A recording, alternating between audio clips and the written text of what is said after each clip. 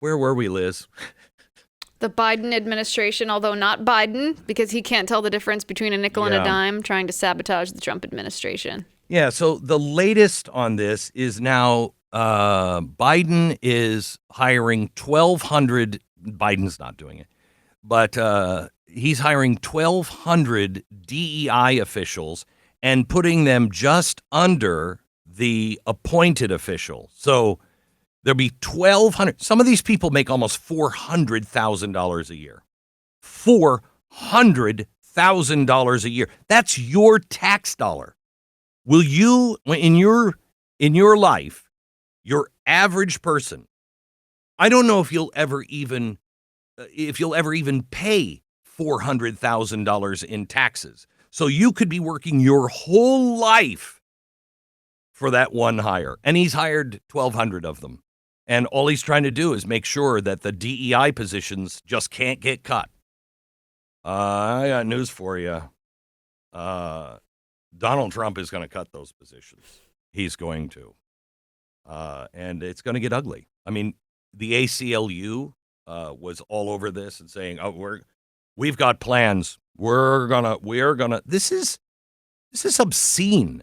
This is absolutely obscene what the Democrats are trying to do by thwarting the next president and honestly thwarting the will of the American people. Remember the speech that was given by, I don't know, some boob from, one of the Carolinas. I don't want to besmirch the other one for electing a boob. But he was giving a speech in the well of the Senate, and he said, we need a shadow government. Wait, hold it. You mean a deep state? Because we already have one of those. And he said, and this is a quote, one of the most obscene things I've ever heard from an elected representative. We failed to make our case that our policies are better. Now, in my world growing up in America, the next sentence is, we need to sit down and talk and find out why we're out of step with the American people. His was, but we know we're right, so we need a shadow government to make sure we put our policies in anyway. There's nothing more un-American than that. By the way, Ted Cruz also said he thinks there's criminal charges that could be lodged against Biden and his administration for the selling of the steel and the walls for the border. I think so too. But he'll probably end up pardoning everybody that has either lived by a Biden or is a Democrat, worked for the administration. Everybody's going to get a pardon at the end. It's like, honestly, hey, everybody, Oprah's here. Look under your seats because you got a pardon and you got a pardon and you got a pardon. Oh. Now, the Department of Health and Human Services on November 15th, this is posted almost immediately after President Trump has been reelected. They advertised for the following position: a Deputy Assistant Secretary for Minority Health with a salary of up to $221,000. This is the goal of this position, or this is the purpose of this position, to, quote, promote health equity. To promote health equity, what does that mean? It means racial discrimination in healthcare. It means if you are seeking, I don't know, think about during the pandemic when there was limited resources, limited beds in the emergency room, limited amounts of, drugs and therapeutics that people could access in order to treat COVID when it was at its worst. Well, now you're going to be screened based on the color of your skin. That's what health equity is, because equity is not equality. Equity is a word used to disguise the reality that it's socialism. It's discrimination. It requires a government official to look at you and make a decision about whether or not you are going to have access to healthcare that you might need based on what you look like, not based on the severity of your illness, not based on your ability to pay, not based on your request for care, but based on the color of your skin. That's not only wrong and immoral and completely absurd that a bureaucrat in that kind of position would make over $221,000. That's evil. The left likes to pretend that you're a racist or I'm a racist just for voting for Donald Trump. This is evil racism. This is the kind of stuff that we eradicated from our country, and Biden's trying to plant the Trump administration with these evil little minions before he leaves. I mean, why are we surprised? How many anti-slavery amendments do we have to the Constitution? I mean, it's amazing to me. With very few exception, after 10, most of these seem to be like, oh, yeah, okay, you're so stupid, you don't understand. Slaves need to be free. Okay. Then the next amendment is like, okay, all right, let me limp up to explain this once more. That means they're Americans and can vote.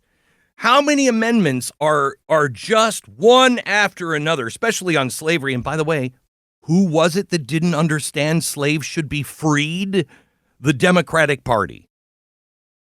I swear to you, these amendments are just, God, we didn't think you would be this stupid. It's already covered, but let's lay it out clearly for you. You cannot discriminate by color, by race, by religion.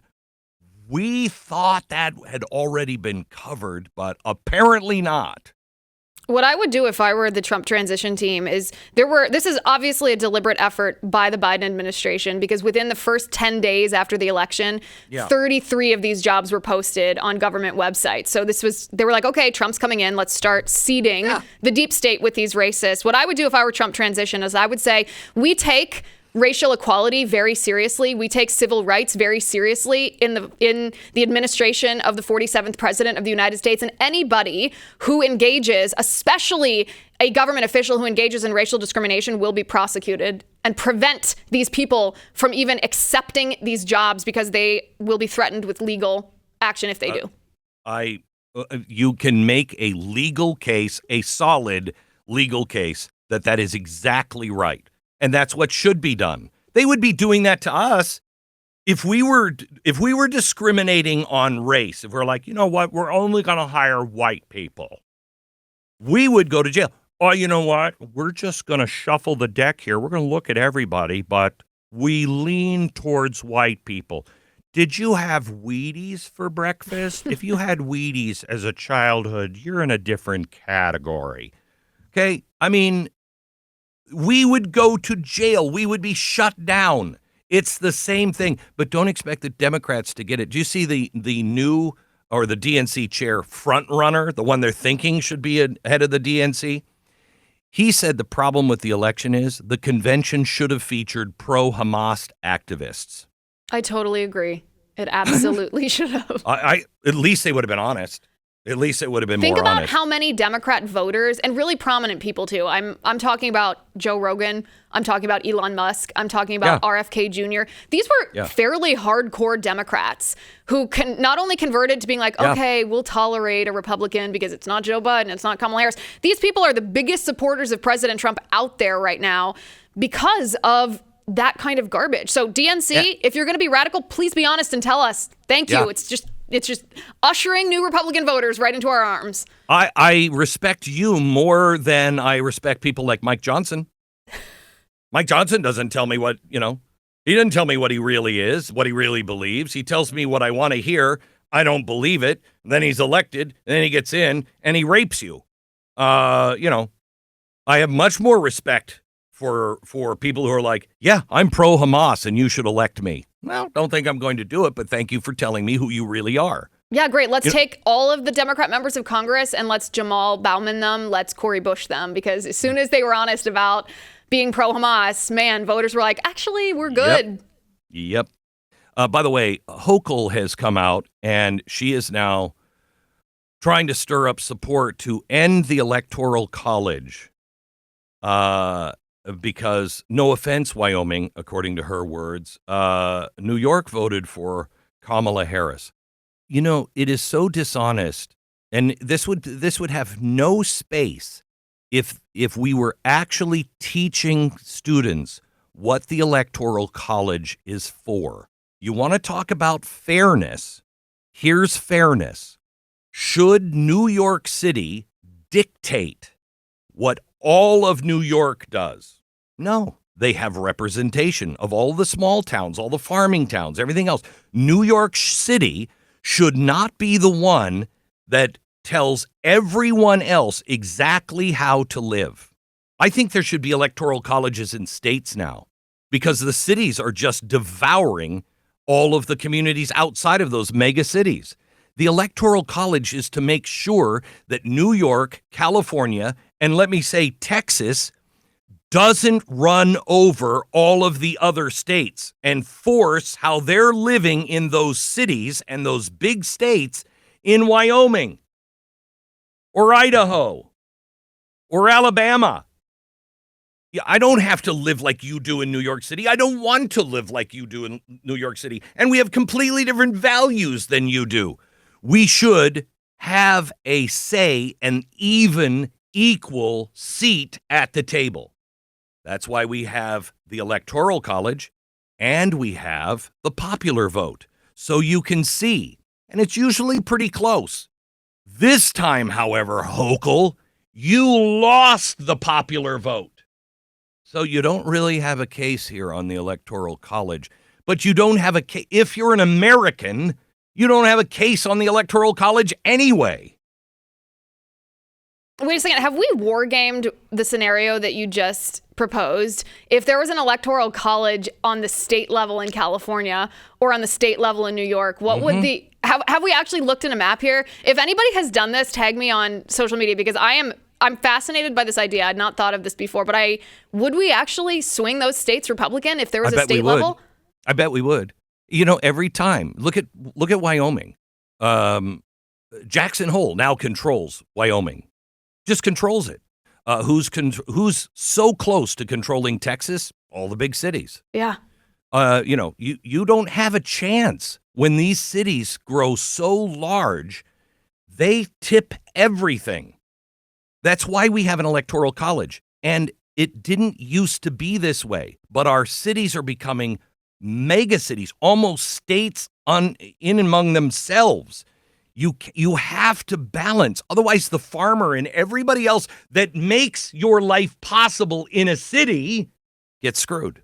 And also think about cheating for a second. If you have a popular vote across the whole country versus an electoral college system, it's a lot easier to impact the outcome of the entire presidential election because you can have one county somewhere with corrupt election officials. And if they cheat by 10,000 votes, that could change the outcome of the election.